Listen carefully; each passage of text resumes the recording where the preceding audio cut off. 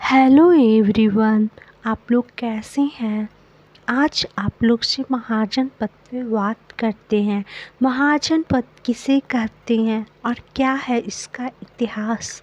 महाजनपद दो शब्दों महा और जनपद से मिलकर बना है। महाजनपद का अर्थ है एक ऐसा बड़ा भूभाग जहाँ लोगों का निवास हो। भारत में जनपद या महाजनपद की व्यवस्था कोई आज या कल में बनी व्यवस्था नहीं है, बल्कि महाजनपद की व्यवस्था के साक्ष्य तो उत्तर वैदिक काल से मिलते हैं। आप लोग को बता दें कि 6ठी शताब्दी ईसा पूर्व 16 महाजनपदों की स्थापना हुई थी। प्राचीन भारत में 16 महाजनपद थे। 16 महाजनपदों की सूची प्राचीन बौद्ध साहित्य अंगुत्तर निकाय पाठ से जानकारी प्राप्त होता है। आप लोग को बताना चाहूँगी कि 16 महाजनपद और राजधानी तथा वर्तमान क्षेत्र। अंग उत्तर बिहार का आधुनिक मुंगेर तथा भागलपुर जिला इसके अंतर्गत आता था। इसकी राजधानी चंपा थी। चंपा का प्राचीन नाम मालिनी था। यहाँ का राजा ब्रह्मदत्त था। बाद में बिंबिसार ने अंग को जीतकर मगध साम्राज्य का हिस्सा बना लिया। मगध यह वर्तमान पटना और गया का क्षेत्र था। इसकी राजधानी गिरिवर्ज राजगृह थी। यह 16 महाजनपदों में सर्वाधिक शक्तिशाली साम्राज्य था। काशी आधुनिक बनारस और उसके आसपास के क्षेत्रों को काशी महाजनपद कहा गया।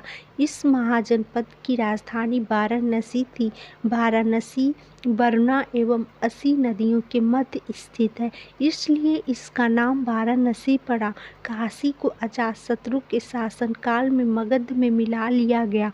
कौशल इसकी राजधानी श्रावती अयोध्या थी। कौशल को भी मगध साम्राज्यवाद का शिकार बनना पड़ा। अजातशत्रु ने अपने पराक्रम से कौशल को भी मगध में मिला लिया।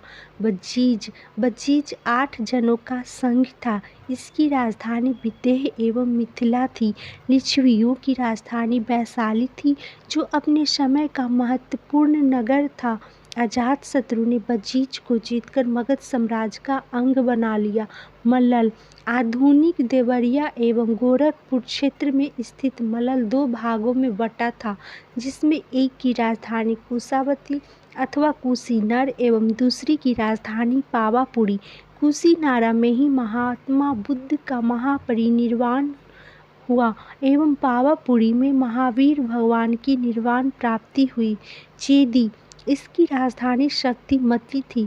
वर्तमान में उत्तर प्रदेश के अंदर जो बुंदेलखंड वाला स्थान है, वहाँ पर थी यह चेदी महाजनपद। वत्स यमुना के किनारे स्थित वत्स महाजनपद आज का इलाहाबाद अब प्रयागराज के आसपास का क्षेत्र था। इसकी राजधानी कौशाम्बी थी। कुरु आज का दिल्ली, मेरठ और हरियाणा का कुछ क्षेत्र उस समय का कुरु महाजनपद था। इसकी राजधानी इंद्रप्रस्थ थी, जिसका उल्लेख महाभारत में मिलता है। पांचाल यह वर्तमान बरेली, बदायूं, फर्रुखाबाद उत्तर प्रदेश का क्षेत्र था। गंगा नदी इस महाजनपद को 2 भागों उत्तरी पांचाल तथा दक्षिणी पांचाल में बांटती है। उत्तरी पांचाल की राजधानी अहिच्छत्र तथा दक्षिणी पांचाल की राजधानी कांपिल्य थी। कान्याकुब्ज का प्रसिद्ध नगर इसी राज्य में स्थित था। द्रौपदी इसी राज्य की कन्या थी।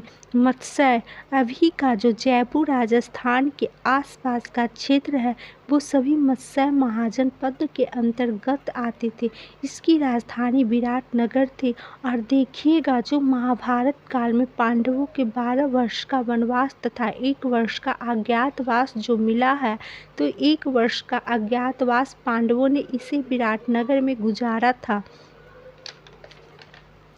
सूरसेन महाजनपद का विस्तार आधुनिक मथुरा के आसपास थी। इसकी राजधानी मथुरा थी। अस्मक इसकी राजधानी थी पोटली यह अस्मक वही है जो दक्षिण में गोदावरी नदी के तट पर बसा एकमात्र महाजनपद था। अवंती, यह वर्तमान मालवा मध्य प्रदेश का क्षेत्र था। यह महाजनपद दो भागों उत्तरी अवंती एवं दक्षिणी अवंती में विभाजित था। उत्तर अवंती की राजधानी उज्जैन तथा दक्षिण अवंती की राजधानी महिष्मती थी। कम्बोज, यह वर्तमान में पाकिस्तान के हजारा जिला वाला क्षेत्र था। इसकी राजधानी थी हाटक। गंधार, यह वर्तमान में पाकिस्तान के रावलपिंडी और पेशावर के क्षेत्र थे। इसकी राजधानी तक्षशिला थी। ये थे 16 महाजनपद। अब आप लोग से अगले महत्वपूर्ण इतिहास के टॉपिक के साथ मिलती हूँ। जय हिंद।